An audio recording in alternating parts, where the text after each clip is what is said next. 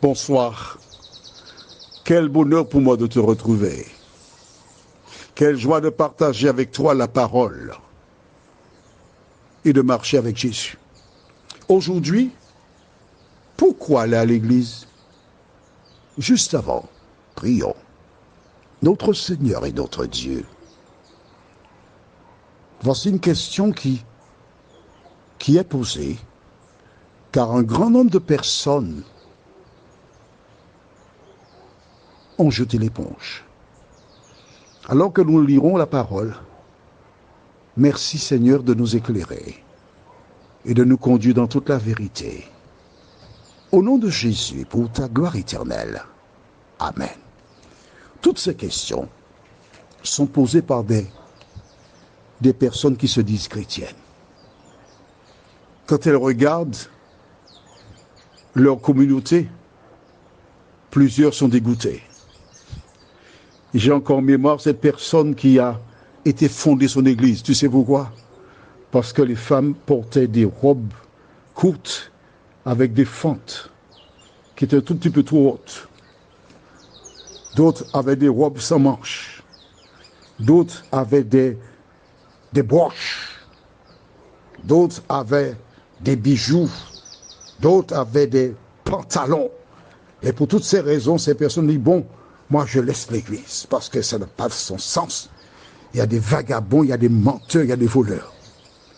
Et chaque fois qu'une personne me tenait ce langage, j'avais toujours la même attitude.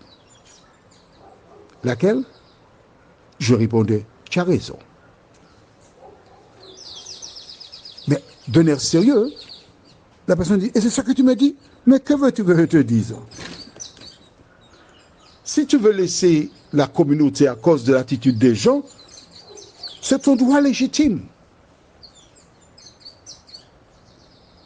Mais oui, c'est ton droit. Maintenant que ces personnes qui m'ont tenu ce langage ne sont pas là, nous allons parler juste toi et moi. Si tu vas dans une église, ou si tu vas à l'église toujours, dis-moi pourquoi, tu diras. Pour adorer Dieu ou pour rencontrer les gens? Dis-moi. Un jour, un homme a tué quelqu'un. Son épouse était membre d'une communauté religieuse protestante. Et tandis qu'il était en prison, l'épouse allait le voir régulièrement et lui parlait de Jésus. Derrière les barreaux, cet homme a réfléchi sur sa vie. Et l'année suivante, il a dit à son épouse, quand je sortirai de prison, je t'accompagnerai pour me rendre dans le lieu de culte avec toi. Sauf que 6 mois plus tard, l'épouse fit un AVC et elle rendit le souffle de vie. Il n'a pas obtenu l'autorisation d'aller aux funérailles. Mais chaque jour, il répétait, je t'ai fait une promesse. J'irai au temple pour adorer l'Éternel. 7 ans plus tard, il sort de prison. Il prépare son vêtement et il se rend à la communauté où son épouse se réunissait.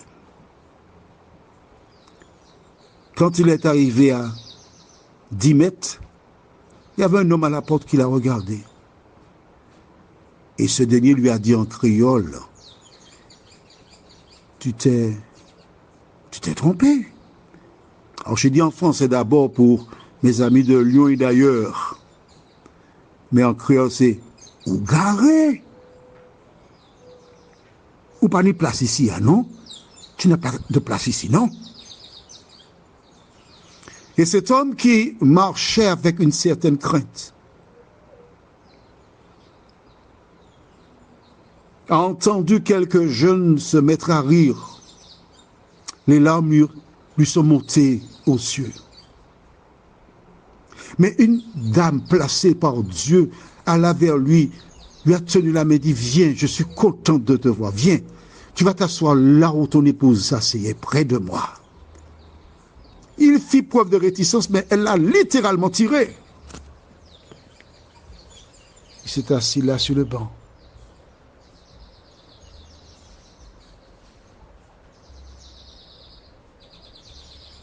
Le week-end d'après, il était encore là. Et il n'a plus jamais laissé la communauté. Laisse-moi te dire une chose, mon ami. Dans le temple siège le diable. Le diable qui envoie ses agents dans les temples avec pour seul objectif de détourner celles et ceux qui veulent être sauvés. Des temples pour les églises, c'est comme tu veux. D'accord? C'est le travail du diable. Et c'est pour cela que tu dois savoir pourquoi tu vas au temple. Pourquoi tu vas à l'église. Si c'est pour rencontrer les membres de la communauté, tu es en danger.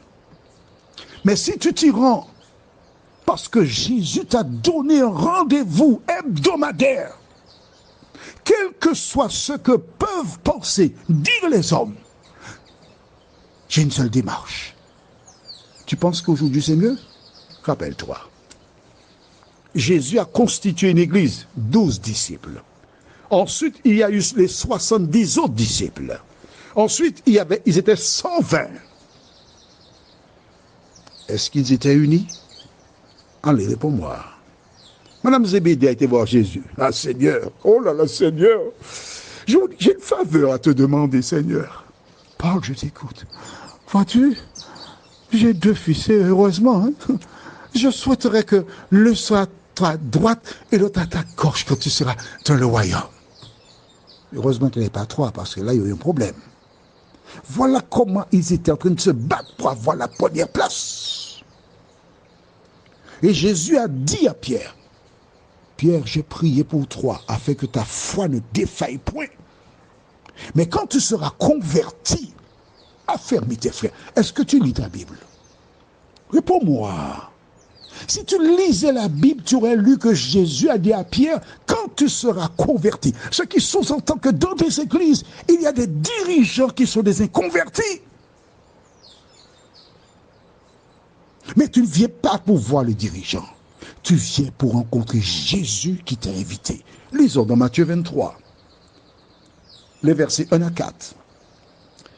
Alors Jésus, parlant à la foule et à ses disciples, dit, les scribes et les pharisiens sont assis dans la chaire de Moïse. Faites donc et observez tout ce qu'ils vous disent. Pourquoi? Parce que ça vient de la parole de Dieu. Mais quoi d'autre? Mais n'agissez pas selon leurs œuvres, hein, car ils disent et ne font pas. Ils lient des fardeaux pesants et les mettent sur les épaules des hommes, mais ils ne veulent pas les remuer du doigt. Tu as entendu ça? Jésus a dit, faites ce qu'ils vous disent, parce qu'ils disaient ce qui venait de la Bible, mais ne suivez pas leur exemple. Quel exemple dois-tu suivre? Allons au livre de Hébreux, chapitre 12. Hébreux, chapitre 12, et nous lisons les versets 1 et 2. Nous donc aussi, puisque nous sommes environnés d'une si grande nuée de témoins, rejetons tout fardeau et le péché. Qu'est-ce que le péché? Écris dans ton cahier de 300 pages. 1 Jean 3, verset 4 déclare, quiconque pêche transgresse la loi. Rejetons donc la transgression de la loi, qui nous enveloppe si facilement, et courons avec persévérance dans la crête qui nous est ouverte, ayant les regards sur Jésus, le chef et le consommateur de la foi, qui, en vue de la joie qui lui était réservée, a souffert la croix, méprisé l'ignominie, et s'est assis à la droite du trône de Dieu. Mon ami, où dois-tu mettre tes yeux? Ayant les yeux fixés sur Jésus. Si tes yeux sont fixés sur Jésus, tu ne verras pas la robe moulante de la femme qui est entrée, justement pour te détourner de la foi. Si tu as les yeux sur Jésus, tu ne verras rien d'autre, parce que le Saint-Esprit te portera de la connaissance totale de la vérité. Tu viens rencontrer Jésus et personne d'autre. Alors, dis-moi, où sont tes yeux? Prions. Notre Seigneur et notre Dieu, merci pour la parole. Merci pour le Saint-Esprit. Cet esprit qui nous conduit dans toute la vérité. De nous aider à nous rappeler que la première église, celle instituée par Jésus, la véritable, avec la mission, elle n'était pas parfaite. Mais Seigneur, quelles que soient les épreuves que traverse l'église, tu es dans ton église. Et un jour, tu te lèveras pour dire, paix vous soit. Accorde-nous ta paix et ta grâce, nous t'en prions. Au nom de Jésus et pour ta gloire éternelle. Amen. Demain, nous verrons, si Dieu nous prête vie, l'engagement baptismal. Que l'Éternel te garde, qui te bénisse. Et une bonne nuit à toi.